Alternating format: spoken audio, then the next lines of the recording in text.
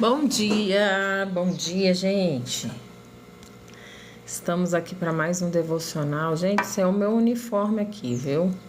Eu espero o vestido ficar sujo para eu poder botar para lavar. Ele é tão gostosinho, eu tenho que arrumar uns vestidos desse para usar aqui. Porque eu só tenho esse de ficar em casa. E quando tá um pouco mais quente, ele é uma delícia, é ótimo. Então, esse é o meu uniforme. Não tô nem aí. Vou ficar trocando de roupa para poder gravar. Vamos à palavra que é mais importante, amém? Vamos à palavra que é mais importante. Hoje a gente vai falar, o tema é quem sou eu? Quem sou eu? Êxodo 4, 1 a 5. Êxodo 4. Oi, gente, bom dia. Seja bem-vindo, Francisco. Deus abençoe.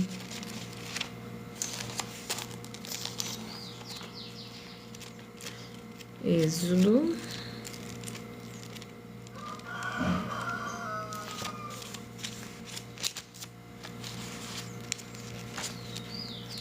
Eita. Êxodo 4, do 1 ao 5, diz assim: Deus concede a Moisés o poder de fazer milagres. Então Moisés respondeu: Eis que não creio, não crerão e nem ouvirão minha voz, porque dirão: o Senhor não te apareceu.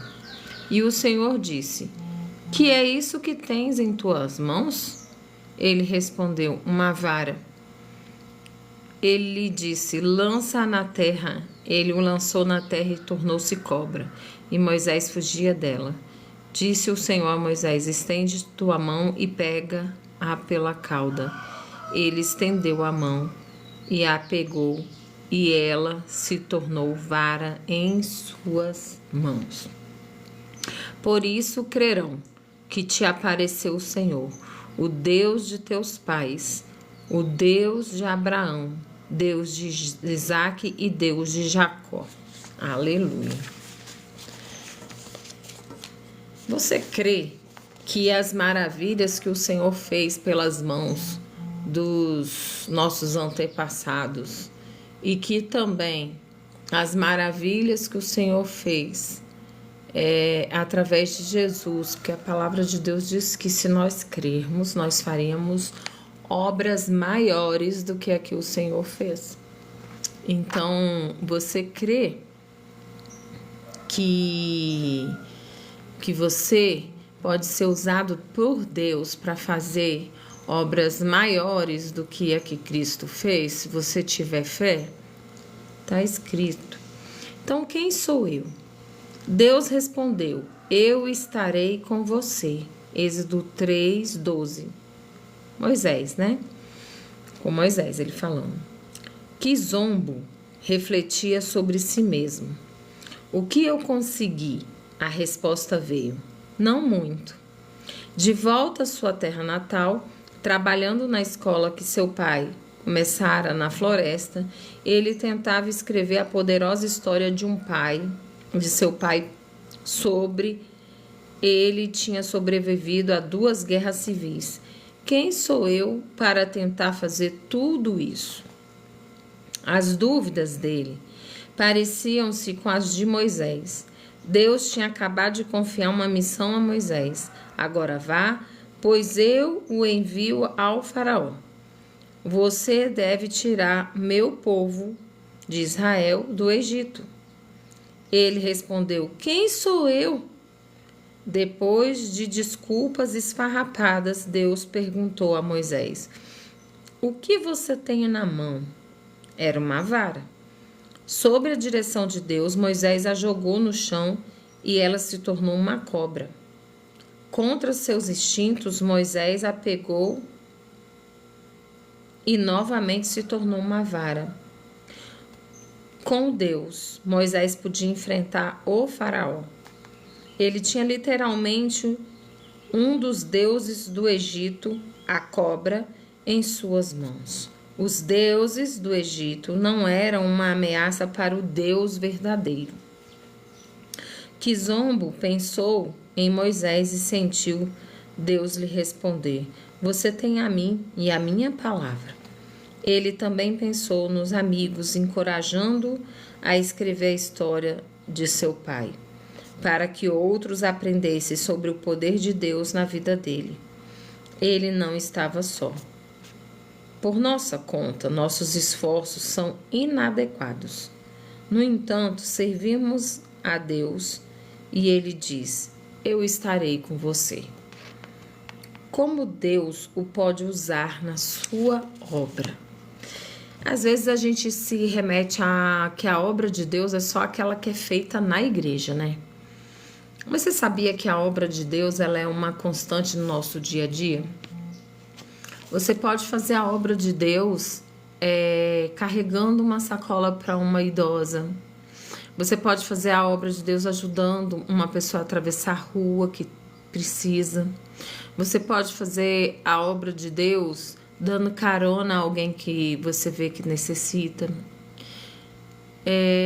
Deus ele vai nos dando oportunidades da gente fazer a obra de Deus aqui na Terra, né? E quando às vezes um abraço, às vezes um conselho, às vezes algo que você tá tendo a oportunidade na sua faculdade, no seu trabalho, você vê que alguém tá triste e você poder dar um abraço, dar um ombro, né, para a pessoa. Isso é a obra de Deus, né? E quando Moisés perguntou quem sou eu e deu um monte de desculpas, isso não vai muito longe do que a gente faz nos dias de hoje. É muito fácil a gente arrumar 1000 desculpas para a gente não ir à igreja, 1000 desculpas para a gente não estar na presença, 1000 desculpas para a gente não fazer aquilo que é a vontade de Deus. A gente arruma desculpas. A gente às vezes pergunta quem sou eu também, né? Mas nós precisamos. Oi, Maria Rita. Oi, Valda Ferreira, seja bem-vinda. Lina, seja bem-vindo. Francisco, Antônio, sejam muito bem-vindos. A gente está falando aqui quem sou eu. A gente leu o texto do Êxodo 4:1-5, onde Moisés falou para Deus quando designou ele a ir até o faraó. Ele teve receio e ele começou a arrumar um monte de desculpas e falou para o Senhor: quem sou eu? E aí o Senhor mandou ele pegar a vara e botar no chão e virou uma serpente. E quando o Senhor mandou ele pegar a serpente pelo rabo, ela virou vara de novo. E a serpente representava um dos deuses de Faraó, do Egito. Então ele estava entregando esses deuses nas mãos de Moisés, porque ele é o Deus soberano, que é o poderoso. E quando a gente fala de Egito, quando a gente fala de Faraó, a gente faz uma analogia, né? Egito, o mundo, Faraó, Satanás, né? No sentido de que nós temos essas guerras e essas lutas o tempo inteiro. E nós precisamos, sim, se a gente estiver com Deus, ter fé e confiança nele. Com Deus, como Deus o pode usar na sua obra. Por nossa conta, nossos esforços são inadequados. No entanto, servimos a Deus e Ele diz: eu estarei com você. Então, se você busca conhecer a Deus, se você tem intimidade com Deus, você hoje pode ser instrumento na mão de Deus. E você pode ter a plena confiança de que o Senhor está cuidando de todas as coisas, porque Ele é soberano. Ele é soberano nas nossas vidas, né? Então, nesta manhã, eu quero deixar essa reflexão. Quem sou eu? Quem é você? Né?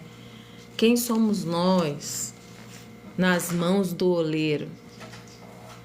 Só um minuto, que minha cachorra desceu aqui e ela tá querendo sair. Só um minutinho. Vem cá.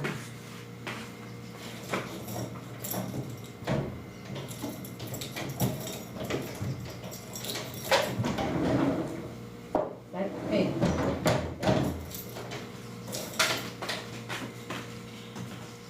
Mais cedo ela entrou dentro de casa, eu não deixo não. Mas aí ela foi lá pra cima e agora ela desceu. Com certeza tá querendo dar uma volta. Então, quem sou eu? Né? Quem é você quando Deus te designa algo? Aí você fala assim, Senhor, quem sou eu? Não dê desculpas para aquilo que o Senhor te chama, não. Porque o Senhor tem chamado os trabalhadores da última hora. O Senhor tem chamado os trabalhadores porque os campos estão prontos para a colheita. As pessoas estão sedentas da presença de Deus. As pessoas estão sedentas da presença.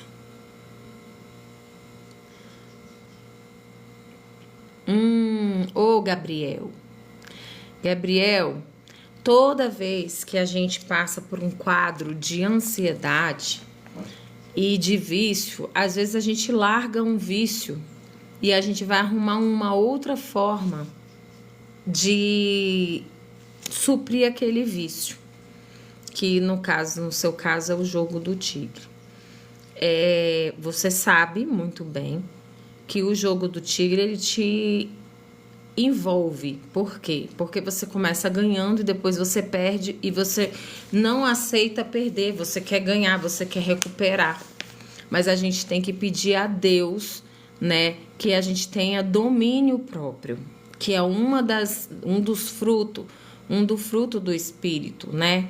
Eu falo porque a palavra de Deus diz que é um fruto. É como se fosse uma mexerica. A gente tem ali o fruto e dentro do fruto tem vários gomos, né? Que é longanimidade, paciência, domínio próprio e assim vai.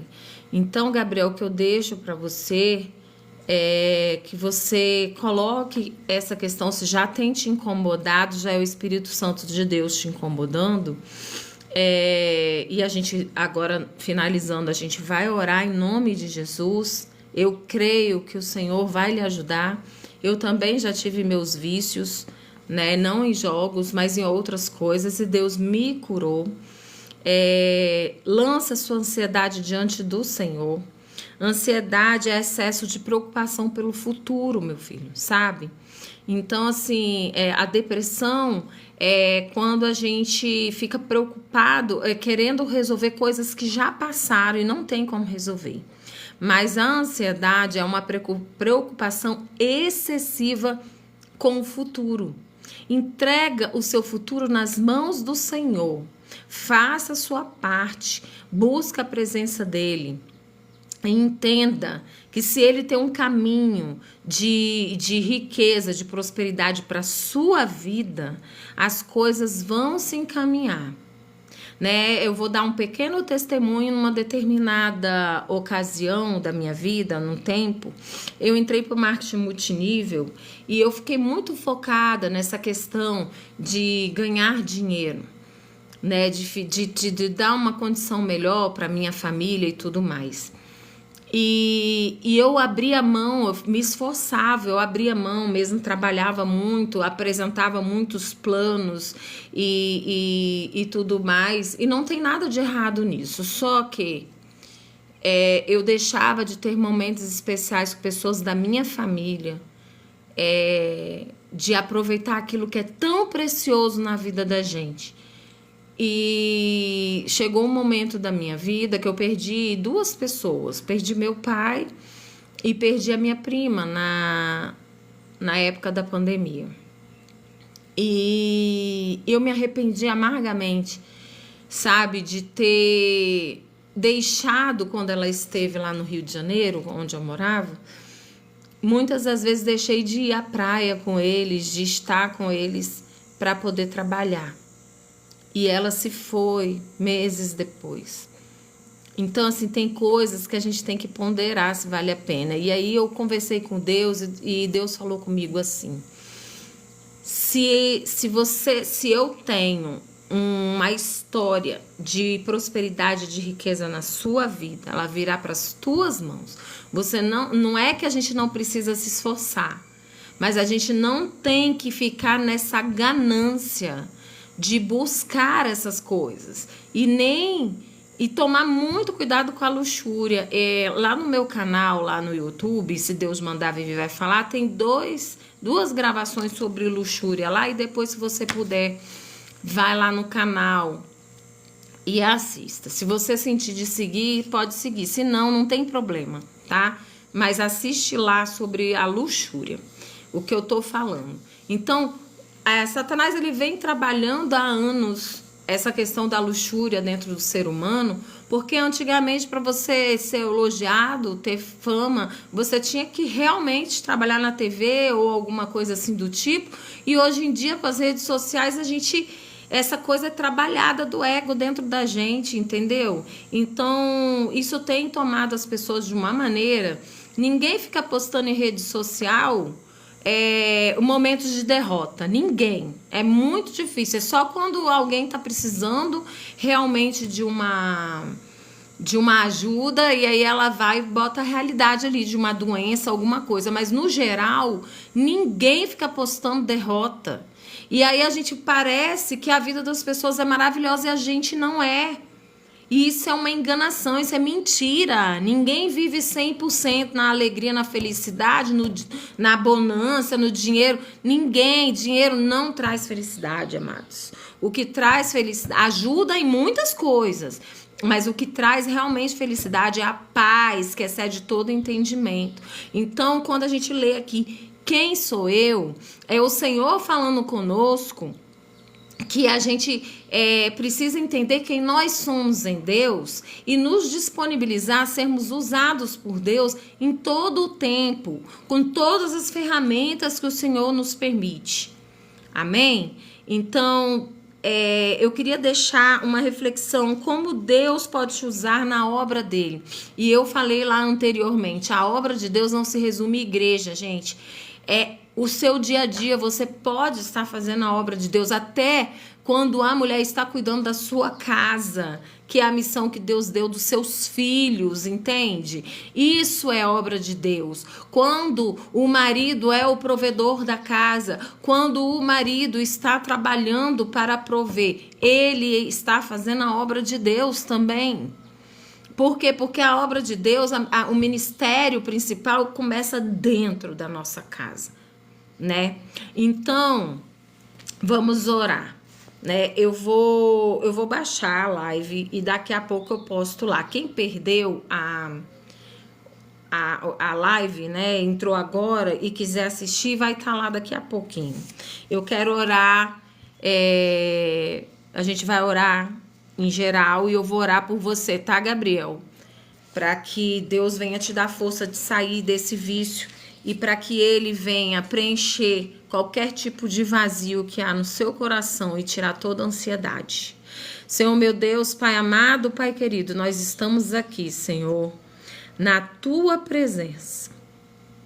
E nós clamamos nessa hora, Senhor, que o Senhor venha nos fazer enxergar como meninos e meninas dos teus olhos, como o Senhor nos vê, que nós possamos, Senhor, ter sede de buscar a tua face e a tua palavra, que nós possamos ter experiências sobrenaturais contigo e individuais. Ó Deus, em nome de Jesus, nos faça entender como o Senhor fez a Moisés dos propósitos das nossas vidas. Ó Deus, eu venho clamar a Ti agora pelo Gabriel. Tira toda ansiedade, Pai amado, todo vício do jogo do tigrinho.